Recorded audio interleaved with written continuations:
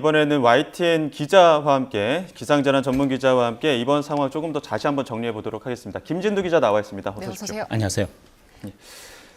일단은 이번 지진 주기적으로 있을 수 있는 지진이라는 이야기를 앞서 전해 들었습니다만 좀 특징이라고 해야 될까요? 다시 한번 좀 언제 어떻게 발생하고 어떤 특징인지 좀 정리를 해주시죠. 내륙에서 규모 4.8의 지진이 일어난 거는 이례적입니다. 예. 자주 있는 현상은 아니고요. 예. 내륙에서 이 정도의 우리 한국 차원에서는 좀 강한 지진이라고 할 만한 규모 4.8의 지진이 일어난 건 이례적인 현상이고 예. 물론 경북 경주 2016년에 규모 5.8의 지진이 일어났고요. 예. 이듬해 포항에서 규모 5.4의 지진이 일어났습니다. 그러니까 한반도에서 일어난 지진 가운데 가장 강력했던 규모 5.8의 지진보다는 약했지만 예. 한 가지 특이한 사례가 있는 게 우리나라 태백산맥 동쪽 지역, 그러니까 영남 지역에는 굉장히 많은 단층대가 분포를 하고 있고 예. 대형 단층도 분포를 하고 있습니다. 그러니까 영남 지역은 지진이 난다면 큰 지진이 날 가능성이 있다는 걸 어느 정도 알고 있었던 상황이었고요. 근데 반면에 태백산맥의 서쪽 지역, 그러니까 전북과 전남 지역 같은 경우에는 지진이 그렇게 강한 지진이 일어날 수 있는 지질학적인 구조는 아닙니다. 예. 단층도 대형 단층이 분포해 있지도 않기 때문에 전라북도 지역에서 규모 4.8 정도, 그러니까 진도로 치면 진도 5 정도의 강한 지진이 나타났다는 게 굉장히 이례적인 현상이다라고 말씀드릴 수 있습니다. 예. 잠시 기자 연결을 좀 해봐야 될 것 같은데요. 네. 지금 저희가 계속 전해드리고 있는 것처럼 부안 내륙에서 규모 4.8 지진이 발생했는데요. 부안만 아니라 전국 곳곳에서 진동을 느꼈다는 신고와 제보가 이어지고 있습니다. 현장에 취재 기자 나가 있습니다. 김민성 기자. 예, 전북 부안 실내체육관에 나와 있습니다. 네, 이번 지진 앞서 계속 말씀드리고 있습니다만 한반도와 주변 해역 지진 중에 가장 강력한 지진이라 이렇게 이야기를 하고 있습니다. 그곳 상황은 어떻습니까? 예, 제가 나와 있는 이곳 부안 실내체육관은 평상시 약 1000명 정도를 수용할 수 있는 지진 대피소로도 활용되는 곳입니다. 그런데 아직까지 대피하기 위해서 이곳을 찾은 주민들은 없는 것으로 파악됐습니다. 예, 본진 이후에도 여진이 감지되고 있다고는 하는데 제가 도착한 10시 이후에는 진동은 느껴지지 않았습니다. 이곳은 부안 행안면 진동리입니다. 지진이 발생한 지하의 진원, 바로 수직 위 진안 근처에 제가 지금 서 있습니다. 여기서 약 8km 아래 지하에서 지진이 난 것으로 추정됩니다. 지진 당시에 이 주변에서 일하고 있었던 주민들을 만날 수 있었는데요. 당시 상황 어땠는지 직접 들어보겠습니다. 운동장 와서 그냥 이렇게 발이 막 떨고 땅 쿵쿵쿵쿵 울려버렸단 게요. 쓰레기 줍는 날인데 쓰레기 막 줍고 쉬어 앉았은 게 그러더라고. 지진은 아침 8시 26분쯤 발생했습니다. 지금까지 200건 넘는 유감 신고가 접수됐는데 다행히 인명피해는 없다고 합니다. 다만 이곳 부안에서는 벽이나 유리창, 타일에 금이 가거나 깨졌다는 신고가 모두 3건 확인됐습니다. 전북 부안에는 수자원 공사에서 관리하는 부안댐도 있습니다. 부안댐에서도 상당한 진동은 느껴졌지만 댐의 안전에는 문제가 없는 것으로 전해졌습니다. 예, 수자원공사 부안댐 지사는 혹시 지진의 여파가 있는지 앞으로 3시간가량 정밀 긴급 안전진단을 실시하고 있다고 밝혔습니다. 이번 지진은 올해 한반도와 주변 해역에서 발생한 지진 중 규모가 가장 큰 것으로 파악되고 있습니다. 또 국내에서 규모 4.5 이상 지진이 발생한 건 지난해 5월 15일 강원 동해시 북동쪽 52km 해역에서 4.5 지진이 발생하고 약 1년여 만입니다. 정부는 중앙재난안전대책본부 비상 1단계를 가동했습니다. 지진위기경보는 경계 단계를 발령했습니다. 지진위기경보는 관심, 주의, 경계 심각순으로 발령됩니다. 추가 소식 들어오는 대로 전해드리겠습니다. 지금까지 전북 부안에서 YTN 김민성입니다. 네, 이번엔 박순천 기상청 지진화산연구과장 연결해서 전문가 입장 한번 들어보겠습니다. 나와 계십니까? 네, 안녕하세요. 네, 안녕하십니까. 전문가가 보시기에 지금 이번 지진 위치나 규모를 어떻게 판단하십니까? 네, 앞서 리포트에서도 있었지만 오늘 아침 8시 26분경 전북 부안군 남남선 쪽 4km 지역에서 규모 4.8의 지진이 발생했습니다. 예, 저희 취재 기자가 전한 바로는 지금까지 그 지진을 느꼈다는 유감 신고가 210건 넘게 들어왔다고 하는데 혹시 더 추가적으로 들어온 게 있습니까? 추가로 유감 신고가 파악된 것은 아직까지는 없고요. 전국에서 약 200여 건의 유감 신고가 있었던 것으로 파악을 하고 있습니다. 네. 특히나 그 부안 지역 중심으로는 밥상이 엎어지기도 하고 굉장히 많은 진동을 느꼈다는 분들이 많았었는데 혹시 다른 지역 혹은 전북 지역으로도 그렇고 좀 그 민원 신고 들어온 것 중에 좀 특이 사항은 없습니까? 네, 그 전국 약 200여 건 중에서 전북에서 60여 건의 유감 신고가 있었던 것으로 파악을 하고 있고요. 최대 진도가 전북에서 5로 기록이 됐기 때문에 예. 진도 5라고 하는 것은 그릇이나 창문이 깨질 수 있고 가벼운 물건들이 넘어질 수 있기 때문에 앞서 신고를 말씀하신 것처럼 일부 그릇 같은 것이 깨질 수 있는 그런 피해가 발생할 수는 있을 것 같습니다. 예, 지금 최대 진도 5라고 말씀해 주셨는데 오늘 지진이 올해 한반도에서 발생한 지진 중에서는 최대 규모인 겁니까? 예, 맞습니다. 올해 한반도에서 발생한 지진 중에서는 오늘 아침에 발생한 규모 4.8의 지진이 최대 지진이었습니다. 예. 지금 가장 우려되는 부분이 이제 또 여진이 있을 것이냐 이런 부분인데 혹시 지금까지 상황을 좀 짚어봤을 때 추가 여진 가능성은 어떻게 판단하고 계십니까? 오늘 아침 9시 50분까지 발생한 여진은 총 11회로 관측이 되고 있습니다. 그중에 최대 규모는 1.5고요. 비교적 작은 규모의 여진이 이어지고 있는 상황입니다. 그렇지만 과거 통계를 보면 이 정도 규모의 지진이 발생했을 때 여진은 일주일 이상, 최대는 수개월도 발생할 수가 있습니다. 그렇기 때문에 당분간 특히 일주일 동안은 여진 발생에 주의가 필요할 것으로 생각이 됩니다. 예, 수개월 정도는 여진이 발생할 수 있다고 하셨는데 주민분들 아침 출근길부터 지진을 이제 느끼셔서 불안하실 것 같은데요. 주의점 어떤 게 있을까요?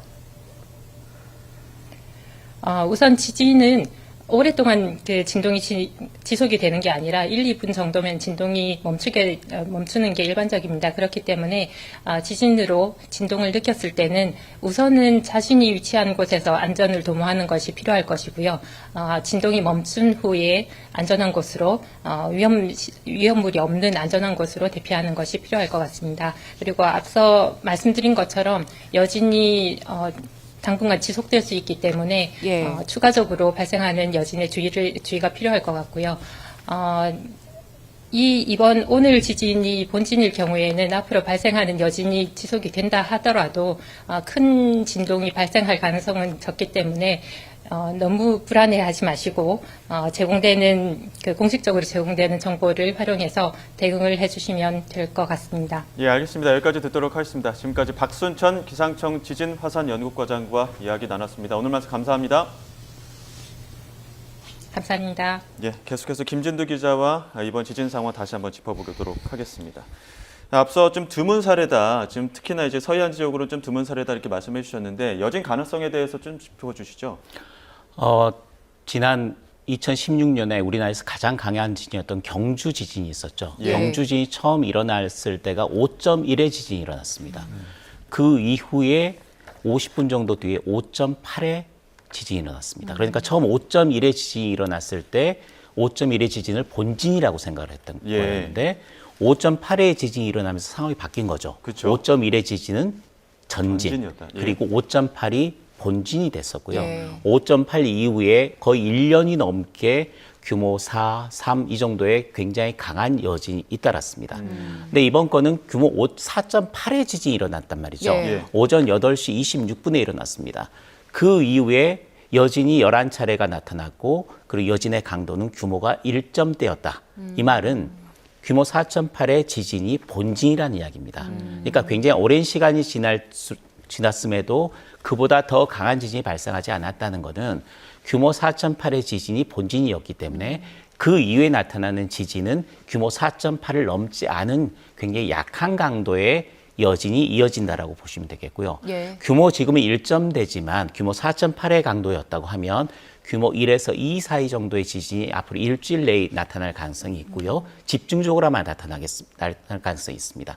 그 외에는 점점 더 빈도가 잦아지지 않고 점점 줄어들면서 이제 지각이 안정화에 접어드는 그런 형태로 보시면 됩니다. 그러니까 규모 4.8의 지진으로 굉장히 많이 놀라셨겠지만 예. 앞으로 지진이 더 강한 지진이 일어날 가능성은 희박하다.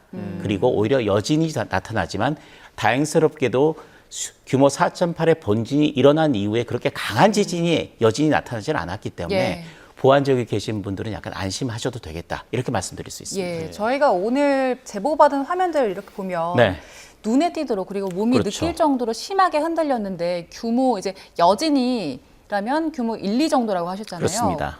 규모 1, 2는 뭐 우리가 체감할 수 있는 정도입니까? 예민한 사람들이 체감할 수 있을 정도, 그리고 고층 건물에 있는 사람들이 누워 있을 경우에 체감할 수 있을 정도. 예. 규모 1은 아주 예민한 사람도 체감하기가 어려운 정도입니다. 그러니까 앞으로의 지진이 저렇게 흔들릴 정도 굉장히 강력한 여진이 나타날 가능성은 조금 낮고 예. 앞으로 계기상으로만 지진을 관측한 장비에서만 관측이 되는 그런 정도의 여진이 앞으로 더 이어질 가능성이 있습니다. 예. 그 규모 뭐 이 정도의 여진이 발생한다고 하면 지금 네. 부안 지역이요. 내진설계 안 된 오래된 집 같은 경우에 네. 가옥은 괜찮겠습니까? 지금 규모 4.8의 지진으로 건물이 무너지지는 않았습니다. 예. 금이 갈 수는 있겠고 굉장히 건물이 고층 빌딩이 많이 흔들렸을 가능성이 있죠. 예. 그 뒤에 규모 2 정도로 내려간다고 하고 규모 1 정도의 지진이 난다면 건물에 피해를 줄 정도의 강한 진동이 발생하지는 않습니다. 예. 근데 이제 전북 부안에서 4.8이었고 네. 앞서 세종시 주민도 연결했습니다만 100여 킬로미터 떨어진 곳에서 물이 흔들릴 정도였습니다. 네. 또 경기 지역에서도 유감 신고가 이어졌고 서울에서도 느꼈다는 신고가 맞습니다. 접수되다 보니까 네. 부안에서 지진이 발생했는데 이렇게까지 넓은 지역에서 진동이 느낄 수 있는 겁니까? 우선 두 가지 정도 이유가 있는데요. 규모 4.8의 지진이 내륙에서는 굉장히 강한 지진에 속합니다. 항반도 내에서는요. 예. 규모 4.8의 지진이었기 때문에 아까 우리 CCTV를 봤지만 굉장히 심하게 흔들리는 많이 진동이었죠. 흔들리더라고요. 예. 그게 규모입니다. 예. 말씀드린 건 지진의 전체적 에너지 양을 말씀드린 규모였고 진도는 흔들리는 정도입니다. 예. 진앙에서 가까우면 가까울수록 많이 흔들리겠죠. 예. 부안 지역은 진도가 5였습니다. 예. 전라북도 지역이 기본적으로 한 5 정도의 흔들림이 감지됐는데 예. 5 정도의 흔들림이라면 건물이 흔들리고요. 불안정한 물체들이 떨어져서 깨질 수 있는 또 예. 유리창도 깨질 수 있는 정도의 위력입니다. 예. 예. 그런데 전라남도 지역은 진도가 4였고요. 서울 지역 같은 경우 진도가 2였습니다. 충남 지역, 세종 말씀하셨는데 충남 지역은 진도가 3이었습니다. 예. 그러니까 진앙에서 멀면 멀수록 진도, 흔들림의 정도는 좀 낮아지는 거고 아까 말씀드렸듯이 진도가 2만 돼도 고층 빌딩에는 예민한 사람들은 흔들림을 느낄 수 있을 정도. 예. 충청남도 지역 같은 경우에는 진도 3이었다고 하면 상당히 많은 저층에서도 진동을 느낄 수 있는 정도의 위력을 지니고 있는 겁니다. 그리고 예. 부안 지역은 지진 발생과 동시에 10초 후에 지진 속보가 나왔거든요. 지진 예. 재난 정보가 바로 발송이 됐습니다. 그래서 그 지역은 바로 지진이 났구나라는 걸 알 수 있었던 거고 세종 지역은 속보를 받았는데 조금 뒤에 느껴졌다고 했거든요. 예. 지진파가 거기까지 갔는데 시간이 걸린 겁니다. 예. 그러니까 지진이 발생함과 동시에 기상청이 기계적으로 분석을 해서 바로 속보를 내거든요. 그래서 처음 속보는 규모가 4.7이었습니다. 예. 그 뒤에 정밀 분석을 통해서 그게 4.8로 상향됐거든요. 예. 지진이 일어나자마자 바로 문자를 보냈기 때문에 세종 지역은 뭐지 하고 있는데 조금 뒤에 흔들림이 감지되는 겁니다. 예. 그러니까 지진파가 그 정도의 거리를 가서 도착하는 데까지 시간이 좀 걸렸다라고 보시면 되는 거죠. 네. 그러니까 진도의 개념과 규모의 개념을 이번 기회는 좀 국민들도 좀 어느 정도 이해를 하셨으면 좋겠습니다. 예. 지금 우리나라 지진이요 점점 자주 일어나고 있잖아요. 네. 그래서 그 지진 전반에 대한 진단도 필요할 것 같은데 유라시아판 내부에 위치하고 있잖아요. 지질 구조 봤을 때 우리가 앞으로 어떤 대비해 나가야겠습니까? 우선은 과거에는 지진 안전지대라는 말씀을 예. 많이 했죠. 우리 한반도 자체는 지진에 대해서 안전하다. 피해 날 정도의 큰 지진은 없다. 일본과 비교해서는 분명히 안정한 위치는 맞습니다. 그런데 그 상황이 바뀐 게 2011년도를 기준으로 바뀌었습니다. 어떤 상황이 되냐면 2011년도에 동일본 대지진 규모 9.0 지진 역사상 세계 역사상 가장 강한 지진이 발생을 했습니다. 그 정도의 지진이 발생했기 때문에 그 지진의 여파가 한반도에도 영향을 준 겁니다. 일본 땅 자체가 우리나라 쪽 몇 센치 정도 움직였거든요. 예. 그렇게 됐다는 건 땅이 그 정도로 움직였다는 거는 우리 지각에도 엄청난 스트레스가 쌓여졌다는 겁니다. 그때 가해졌다는 이야기죠. 예. 우리나라가 역사적으로 지진이 발생하지 않은 건 아니었습니다. 예. 빈도가 빈도가 굉장히 잦지 않고 굉장히 그 주기가 길고 또 규모 자체가 그렇게 크지 않았다라는 이야기일 뿐이지 지진이 발생하지 않는 지역은 없습니다. 그런데 일본으로부터의 그런 스트레스가 우리나라에 쌓이면서 바로 2011년 동일본 대지진 이후 우리나라 지진 횟수가 증가하기 시작하더니 2016년도에 규모 5.8, 한반도 지진 역사 가운데 가장 강한 지진이 경주에서 발생했고요. 예. 이듬해 포항에서 규모 5.4의 지진이 일어났습니다. 예. 예. 그리고 영남 지역과 동해안 지역 쪽으로 계속해서 많은 지진이 발생하다가 지금은 서쪽 지역으로도 지진이 발생하고 있는 상황이고 예. 그런 상황에서 그나마 우리나라 내륙에서 가장 지진이 안정한 지역이라고 여겨졌던 전라북도 부안 지역에서 규모 4.8에 무시할 수 없는 정도의 강한 지진이 일어났다라는 데 굉장히 방점을 찍어야 되고 예. 이렇기 때문에 내륙에서도 방금 말씀하셨듯이 내진 설계 예. 기준 강화하고 그런 부분들을 대도시뿐만 아니라 시골 지역 같은 그러니까 농촌 지역에도 그런 부분에 대한 점검들이 필요하고 그런 지진의 안전지대가 이제 아니라는 상황에서 내진 설계를 점검을 해야 되는 시기가 왔습니다. 예. 저희가 지금 다시 또 전문가 연결해서 조금 더 자세하게 다시 짚어보도록 하겠습니다. 홍태경 연세대 지구 시스템과학과 교수 전화로 연결되어 있습니다. 교수님 나와 계십니까? 네, 여보세요?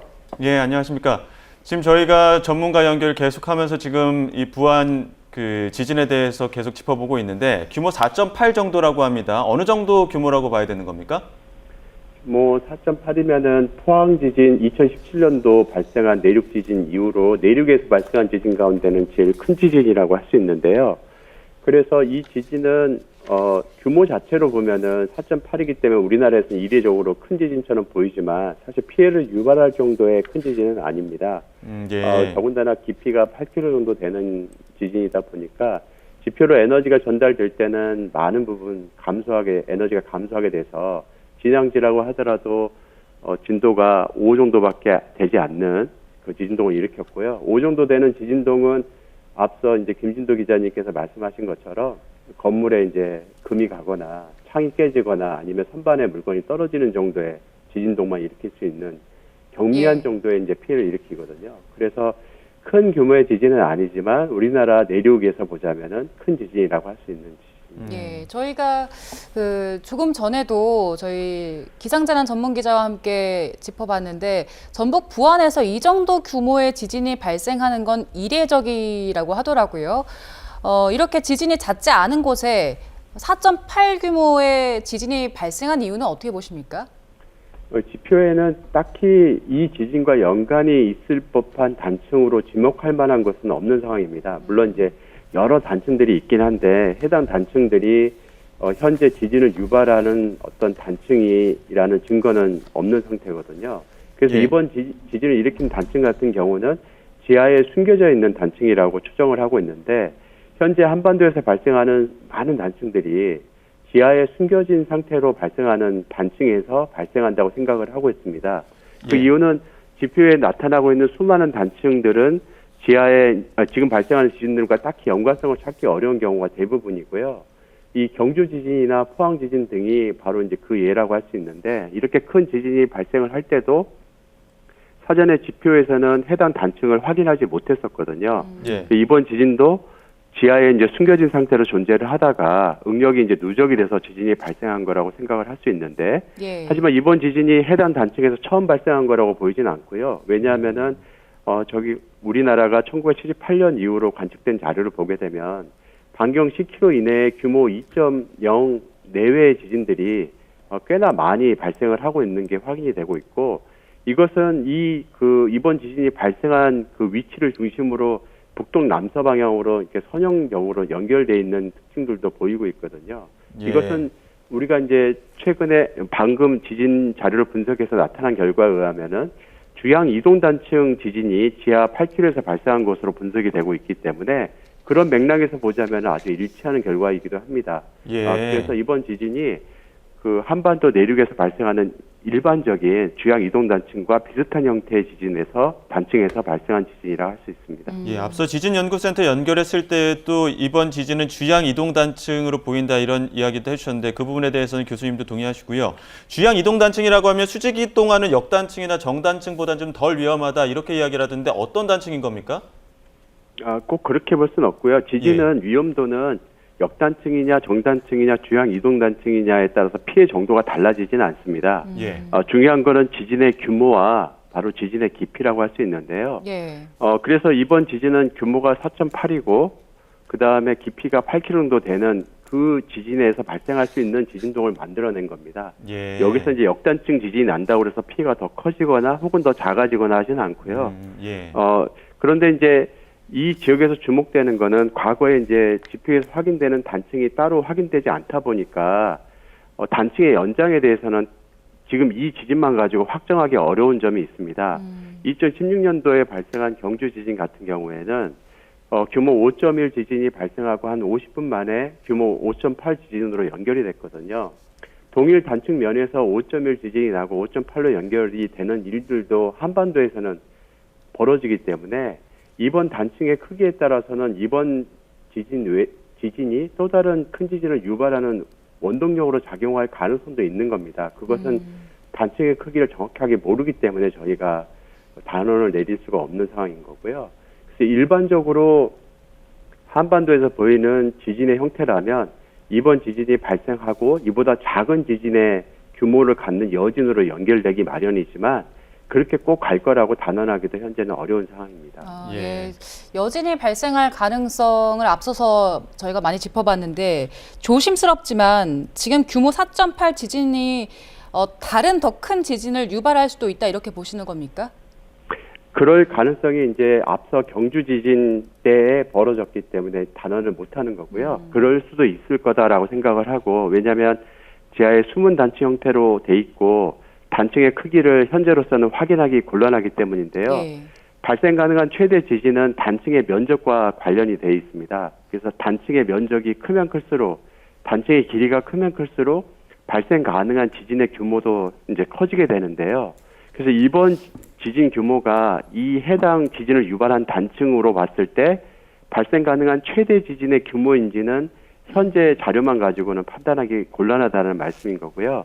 그런데 이제 발생하는 여진들을 보게 되면 단층의 크기를 이제 저희가 추정할 수 있게 됩니다. 예. 그렇게 되면은 앞으로 더 큰 지진이 발생할 여력이 있는 건지 아닌지도 이제 유추할 수 있게 되는 거죠. 예. 저희가 앞서 서쪽 내륙의 이 정도 규모의 지진은 드문 일이다 이런 이야기를 하고 있었는데 지금 이번 지진 이후에 서쪽 내륙에서 혹은 빈도라든가 혹은 규모, 진도가 더 커지는 어떤 그 지진이 발생할 가능성도 있다고 보십니까? 지금 이 지진이 발생한 이론은요, 속리산 이론에 우리나라 내륙에서는 지진 발생 빈도가 되게 높은 지역에 해당이 되는데요. 예. 바로 그 지역의 끝단에, 서쪽 끝단에 해당하는 지역입니다. 그래서 지진 발생 빈도 측면에서 보자면은 낮은 지역이 아닌데요.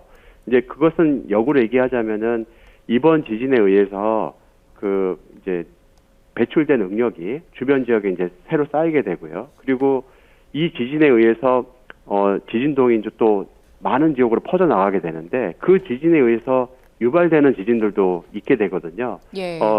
이번 지진이 발생하고 나서 규모 0점대이긴 하지만 미소 지진이 인근 지역에서 발생하는 것들이 이제 관측되기도 합니다. 이것은 이번 지진이 만들어낸 지진동에 의해서 인접 지역에서 지진이 이제 유발되는 효과들이거든요. 예. 지금 이번 지진에 의해서 북동 방향으로 굉장히 비교적 강한 지진동이 전파돼 나갔는데요. 이것은 해당 지역의 지진이 지표가 이제 퇴적층이 많은 지질 구조라서 그런 현상이 벌어지기도 했는데 이것은 거꾸로 얘기하자면은 해당 지역에 이제 지진동을 크게 유발했기 때문에 만약에 해당 단층에 어떤 응력이 있었다면 지진을 유발할 수 있다는 얘기도 되는 겁니다. 그래서 그런 측면에서 보자면은 이번 지진 인근 지역에서는 이제 다른 지진이 이 지진에 의해서 지진이 유발될 가능성도 열어놓고 이제 판단을 해야 되는 상황입니다. 예. 이후에 지진 발생 가능성까지도 이제 대비를 해야 된다는 말씀 해주셨는데 지금 여기 부안 근처에 영광군 쪽에요. 그 한빛원전이 있잖아요. 네. 한빛원전 지금 아직까지 전해진 바로는 가동에 이상이 없다고 하는데 추가적으로 대비가 좀 필요할 것 같아요. 어떻습니까? 경주 지진 당시에 경주 지진 진앙지에서는요. 당시 우리나라 원자력 발전소 내진 성능이라고 할 수 있는 물론 지금은 현재 0.3G라고 하는 내진 성능까지 구축하고 있지만 과거에는 0.2G였거든요. 이제 중력 가속도 견딜 수 있는 그 가속도 값이요. 그 0.2G를 넘어서는 값이 경주 지진 진앙지에서 목격이 된 바가 있습니다. 그러니까 그 얘기는 뭐냐면은 한반도에서 발생하는 규모 5점대 지진만 하더라도 진앙지에서는 0.2G를 넘어서는 지진동을 만들어낼 수 있다라는 의미가 되는 거거든요. 예. 그러니까 만약에 이번 지진이 또 다른 큰 지진을 유발하게 된다면 그 원자력 발전소의 위해를 가할 수 있는 지진동을 만들어낼 만한 지진을 유발할 수 있다는 얘기도 되는 겁니다.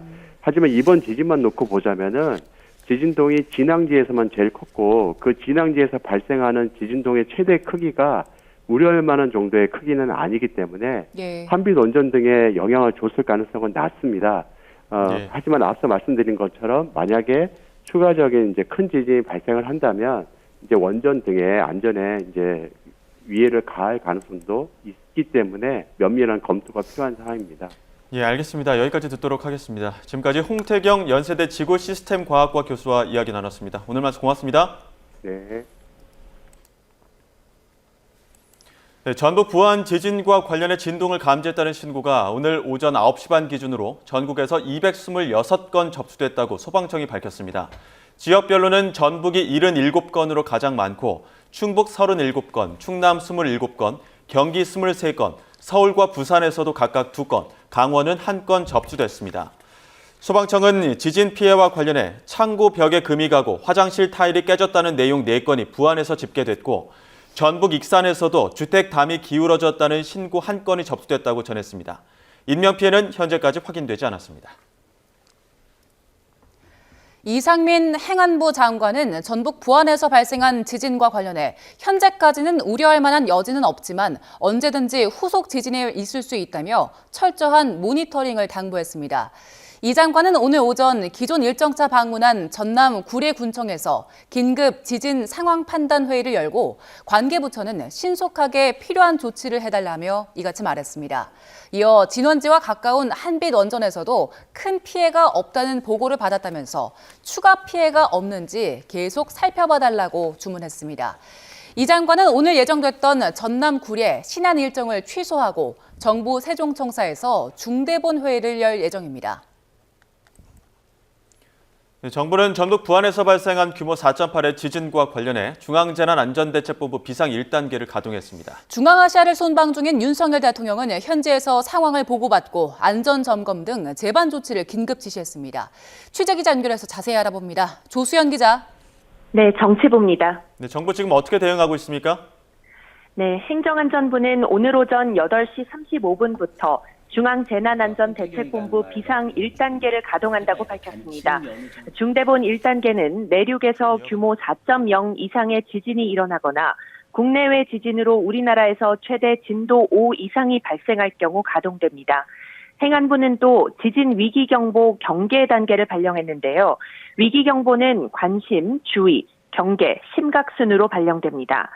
이상민 행안부 장관은 관계부처와 지자체가 긴밀히 협조해 피해 상황을 신속히 파악하고 필요한 조치를 취해달라고 긴급 지시했습니다. 이 장관은 오늘 오전 기존 일정차 방문한 전남 구례군청에서 긴급 지진 상황 판단 회의를 열고 이렇게 당부했습니다. 또 지금까지는 우려할 만한 여지는 없지만 언제든지 후속 지진이 있을 수 있다며 철저한 모니터링을 당부했습니다. 이어 진원지와 가까운 한빛원전에서도 큰 피해가 없다는 보고를 받았다며 추가 피해가 없는지 계속 살펴달라고 주문했습니다. 이 장관은 오늘 예정됐던 전남 구례 신안 일정을 취소하고 정부 세종청사에서 중대본 회의를 열 예정입니다. 예, 지금 윤석열 대통령 중앙아시아 3개국 순방 중인데 현지에서 긴급 지시를 내렸다고요? 네, 그렇습니다. 대통령실은 중앙아시아 3개국을 순방 중인 윤석열 대통령이 현지 시각 12일 새벽 카자흐스탄 숙소에서 지진 상황을 보고받았다고 전했는데요. 윤 대통령은 행안부와 국토부 등 관계부처에 국가 기반 시설을 포함한 피해 상황을 신속하게 파악하고 안전 점검을 하는 등 재반 조치를 하라고 긴급 지시했습니다. 이어 국민이 여진 발생에 불안해하지 않도록 관련 정보를 신속하고 정확하게 전파하고 비상 대응 태세를 점검하라고 당부했습니다. 한덕수 국무총리도 오늘 오전 관계부처들의 긴급 대응 지시를 내렸는데요. 먼저 행안부에는 전체 상황 관리를 철저히 해달라며 추가 여진에 대비해 위험 징후 감지 시 위험 지역 주민이 신속하게 대피할 수 있도록 행동 요령을 안내할 것을 지시했습니다. 특히 예경보 시설의 작동 상태를 종합적으로 점검 대비해야 한다고 강조했습니다. 이와 함께 산업부와 과기부 또 국토부에는 원전과 전기, 통신, 교통 등 국가 기반 서비스에 장애가 발생하지 않도록 철저히 점검하고 유사시 비상 대비 조치에 만전을 기할 것을 당부했습니다. 한 총리는 문체부와 기상청에는 국민이 동요하지 않도록 지진 관련 정보를 투명하고 신속 정확히 실시간으로 제공할 것을 지시했습니다. 아울러 각 부처와 지자체는 지진 발생 시 신속한 대응을 위해 기관별 위기관리 매뉴얼에 따른 임무 역할을 점검하고 국민이 행동 요령을 숙지할 수 있도록 홍보를 강화할 것을 주문했습니다. 지금까지 정치부에서 YTN 조수연입니다.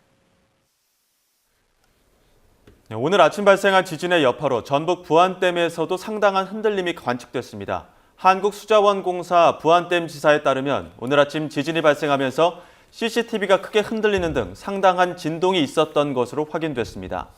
하지만 댐의 안전에는 문제가 없는 것으로 파악됐다고 부안댐 지사는 밝혔습니다. 다만 혹시 지진 여파가 있는지 3시간가량 정밀 긴급 안전진단을 실시하고 있다고 밝혔습니다.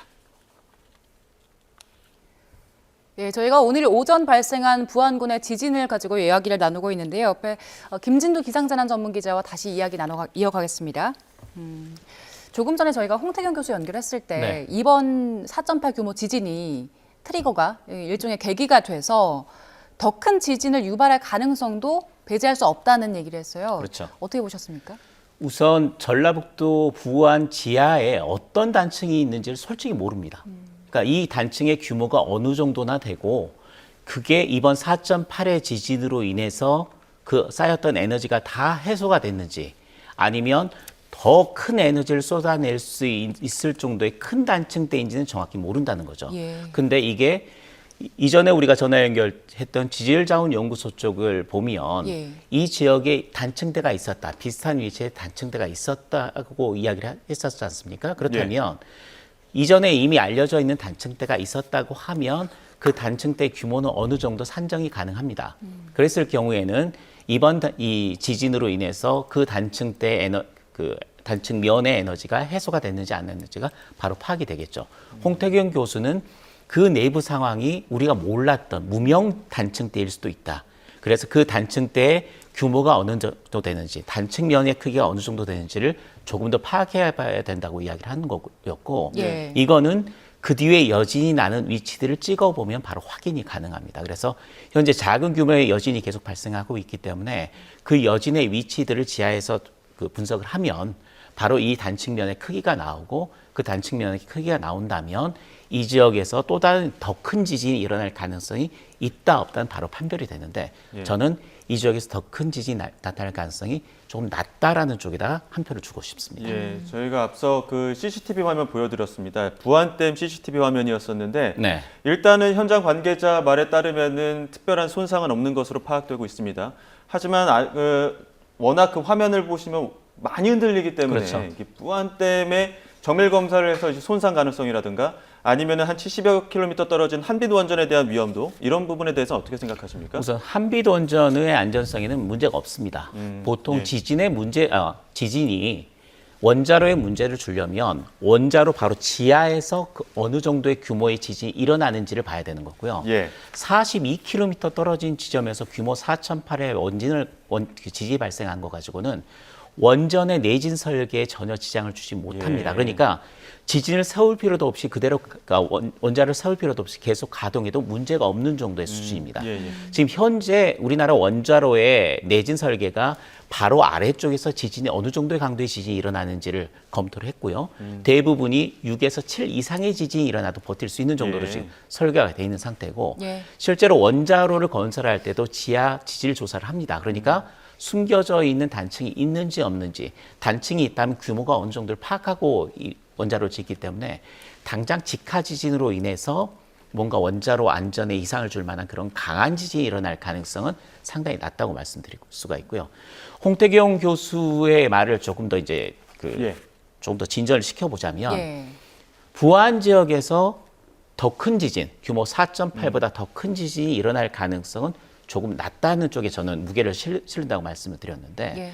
홍 교수가 한 말 중에서 그게 있었습니다. 충청북도 지역에 그 지진 다발 지역이 있었다라고 이야기를 했단 말이죠. 네. 예.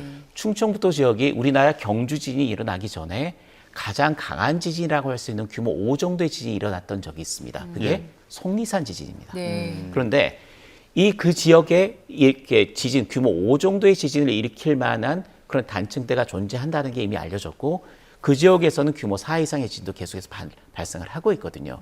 홍태균 교수가 우려 섞인 말을 이야기를 한 거는 뭐냐면 이게 북동 방향으로 지금 주양이 이동 단층, 북동 방향으로 에너지가 발산되는 구조의 단층대였다는 이야기입니다. 네. 그 이야기는 부안의 규모 4.8의 지진이 일어났고 거기서 발산된 에너지가 북동 쪽, 남서쪽으로 발산이 됐다는 이야기고 그게 트리거의 역할을 할 수 있다. 방아쇠의 역할을 할 수 네. 있다라는 네. 그런 이야기입니다. 그러니까 이미 많은 단층대가 존재하고 또 계속해서 강한 지진이 일어났던 충북 지역의 속리산 지역의 단층대와 지하 구조가 어떻게 될지 모르겠으나 네. 여기에서 발생한 부안에서 발생한 규모 4.8 지진의 응력이 풀리면서 에너지 일부가 충북 지역을 쳤을 가능성도 있다. 따라서 당장 뭐가 나타나는 건 아니지만 충청북도 지역 이전에도 많은 지진이 났던 지역에도 어떻게든 영향을 줄 가능성이 있기 때문에 그런 점에 대해서도 대비하고 또 사전에 조사도 약간 확장해서 조사를 해야 된다. 그런 의미로 이해를 하시면 됩니다. 예, 알겠습니다. 여기까지 듣도록 하겠습니다. 지금까지 YTN 김진두 기상 전문 기자와 함께 이야기 나눴습니다. 고맙습니다.